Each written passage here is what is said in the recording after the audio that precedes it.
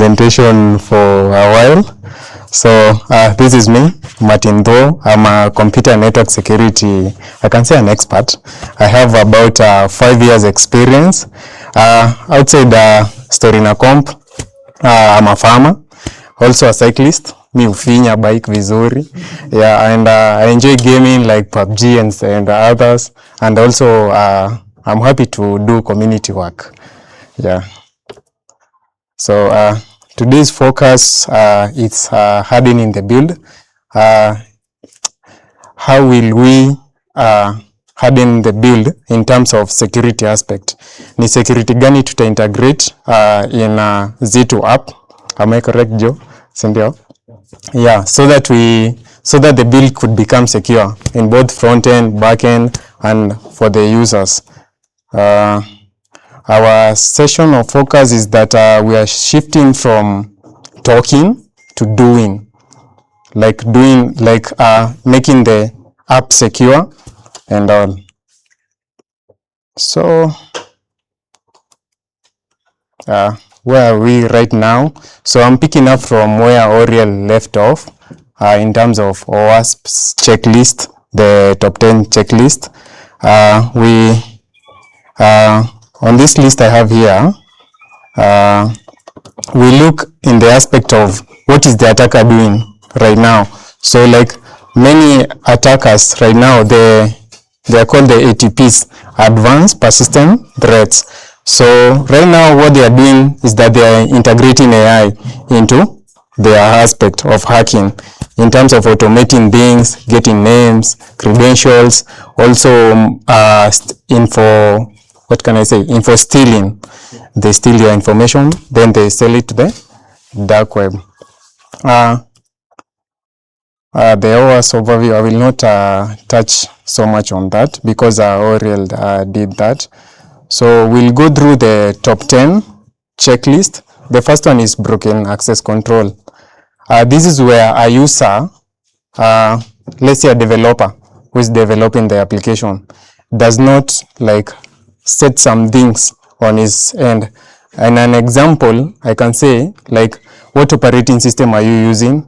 What software are you using to code? Is it updated? Do you check the changelog?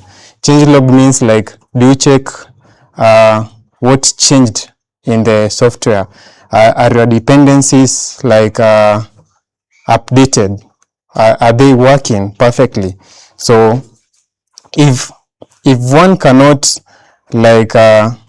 use a secure access control to the, maybe let's say to the front end side, to the application side, to the database, so you'll have some issues like unauthorized access, leakage of information, and such.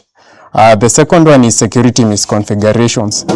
This happens when maybe you just omit something in the database. Maybe you just leave the credentials like default, or maybe you just don't update a dependency, or maybe a secure module, anything in the app. So with security misconfigurations, you find that many people tend to leave that part. You think the developer of the software, let's say my VS Code has already secured it, but for you need to secure some things. Maybe we can say the data and analytics collection, you just you do not uncheck that checkbox. So your data may be used for analytics. In the end, maybe your code can leak online and such. So let's go to code and dependencies.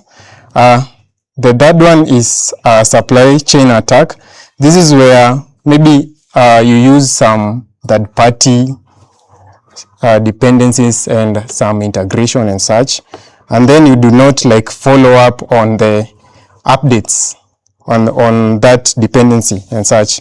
So there was an example which Oriel gave out, on which the attack was on this big oil company in US.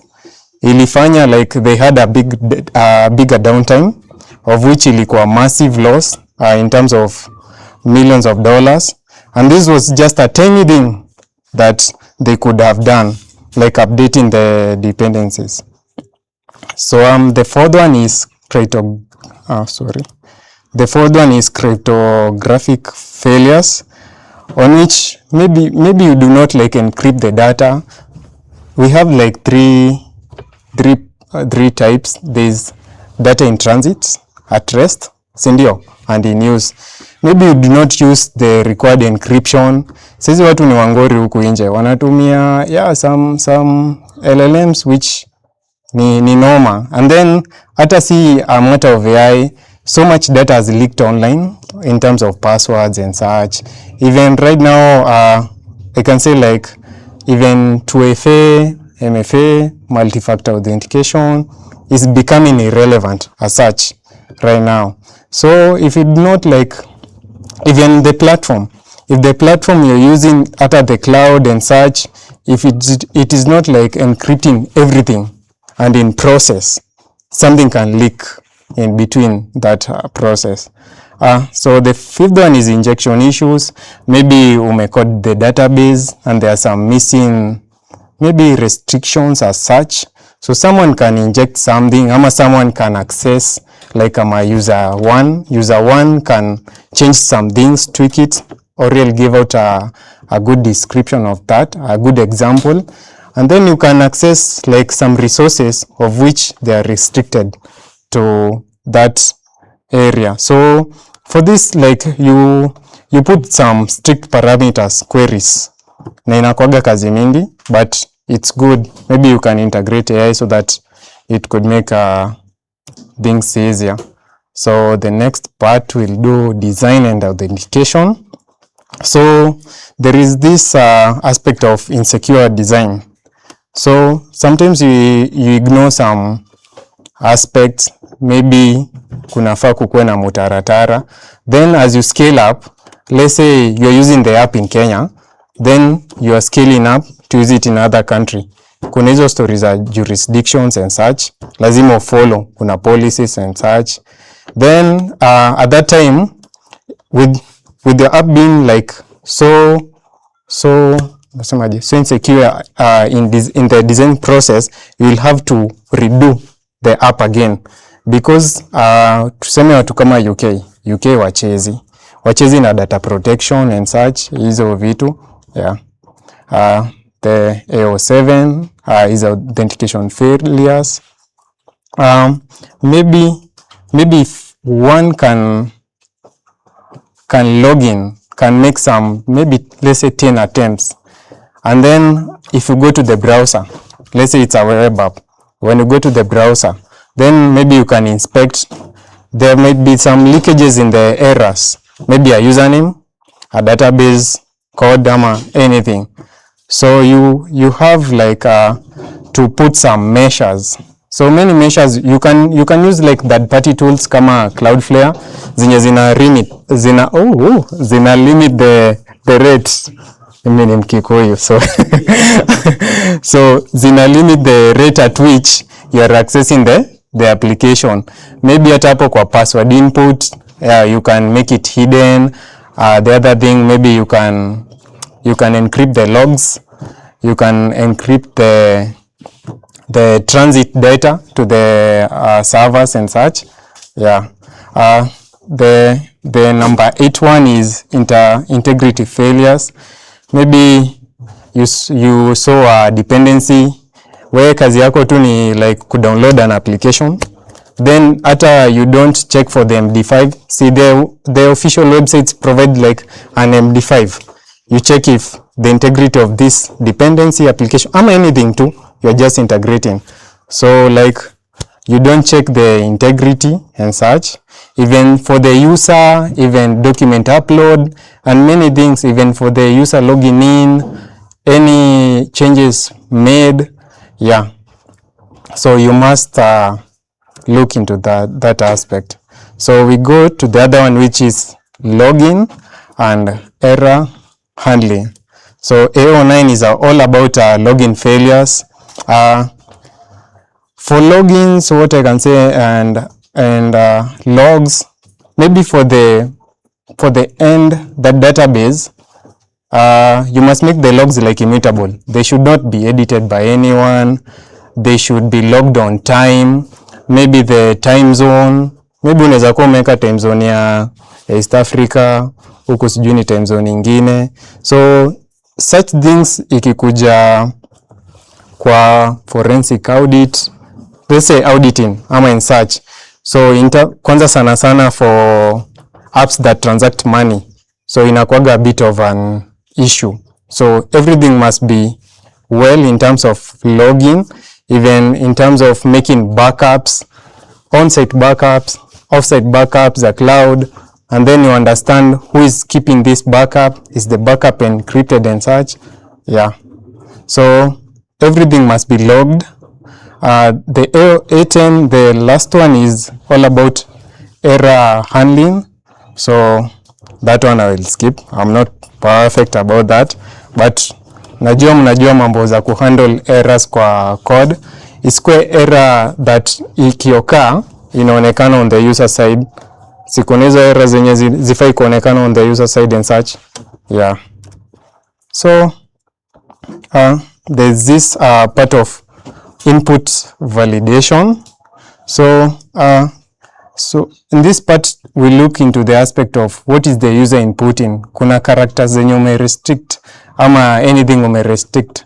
Username ina check kwa database ama ina check online. So maybe someone can inject anything. Maybe someone can put a bad document, even a PDF, which will maybe malfunction ama give some access to the database. Also kuna hii part ya zero trust. Zero trust ni ati hata if kama the owner is me of the system should like not trust me, should verify everything I do. If kama ni ku access database, OTP lazima ikuje. If kama ni kufanya any changes, lazima ikuwe logged. Isi assume mimi ni admin. Yeah. So oh sorry. And then there are these authentication basics which I've mentioned, like rate limiting, maybe geofencing, maybe tuseme hapa Nakuru, if someone akilogin from Naivasha inam restrict and such. If kama kuna many attempts, like mtu ataki click submit once ama twice in 2 seconds ama 5 seconds, so inabidi anapeleko maybe kwa capture, recapture ama una integrate Cloudflare. And then kuna password hashing. Hiyo ni a basic one of which unatumia hashing algorithms zenye ziko standard both Kenya na majuu in case you scale up and such, so that kila kitu iko secure. So kuna secure token storage. So tokens most of the time they get stolen online. If kama token yako hauja put some measures, maybe mtu anaweza chukua hiyo token code achukue. Maybe hata ukipresent something online lazima uangalie ni una present aje, juu kuna maybe unaweza in terms of the design part you can minimize that token code kakwe kadogo, and then ikwe maybe imehaidiwa, imekuwa obfuscated kidogo, so that if ikileak online haiwezi accessiwa na mtu wa Kenya na haiwezi accessiwa na mtu mwingine. Then kuna safe error feedback, maybe feedback yenye unapeana hapo kwa web app yako like haionekani vizuri, maybe the window is not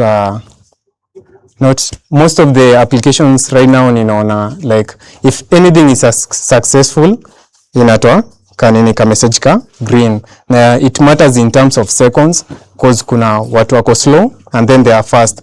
If kama inaweza last maybe 3 seconds you are successful, your password is incorrect, yeah, this quick leak so much information. So we have this other part for authorization basics. For in terms of enforcement methods, models, we have this role-based access control, of which I usually use so much in maybe network restrictions. So you restrict like someone in terms of what role are they using. Then after that, you can integrate like zero trust, but do not put it so many nitasemaje systems so that isikue kubwa na ikue complex sana for you to work.